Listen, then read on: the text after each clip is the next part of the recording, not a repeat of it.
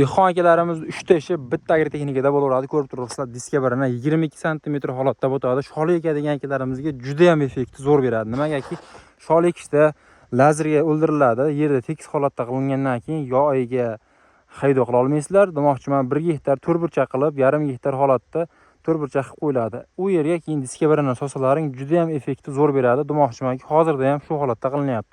Sholi ekilgan yer qattiq, diska birinamiz birinchi slov yuryapti. Diska birinamiz chuqurligi 22 sm holatda bo'lyapti. Videoni oxirigacha ko'rib tursizlar, shu texnikani ham yurgizib sizlar uchun ko'rsatib beramiz. Dehqon akalarimiz 3 ta ishi bitta bo'lgandan keyin pul tomondan ham ancha yengilgarchilik bo'ladi. Hozirgi yerda holati ham juda ham qattiq holatda ko'rib turibsizlar. Shu diska birinamiz juda ham chuqurliklari ham o'ziga yarasha holatlarini ham cho'tki qilib ketyapti. Endi holatni ko'rib tursalaring, like bosib qo'yasizlar. Shunday diska birinani qidirib yurgan akalarimiz jo'natib qo'yasizlaring. Vodiy bo'ylab hozirgi holatimiz Namangan viloyati Mingbuloq tumanida shu ish faoliyatimiz ketyapti. Vodiy bo'ylab xizmatimiz bor. Akamiz telefon nomerlari yozilgan, aloqaga chiqaverasizlar. Shu kelishtirilgan narxlarda qilib berishadi. Summasi ham katta emas, endi u yerda holatiga qarab, demoqchiman, masofa bor deydi.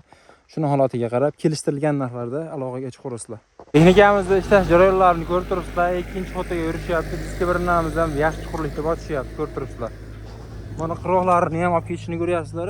U da tekis holatda, chiroyli holatda olib ketadi. Yaqinlar podpishka uchun videoga like bosib, obuna bo'lsalaring, sizlarga shunday texnikalardan qo'yib chiqarib boramiz. Yerda holati ham o'zi ikkinchi xotda juda ham zo'r holatda ajraldi, ko'rib turibsizlar mana. Mana shu yerdan bag'i 2 marta yurilgan, bag'i 1 marta yurilgan, ko'rib turibsizlar. Sal-pal kesaklari bor, bu tomonda shu yong'oqtaqa kesalari bor.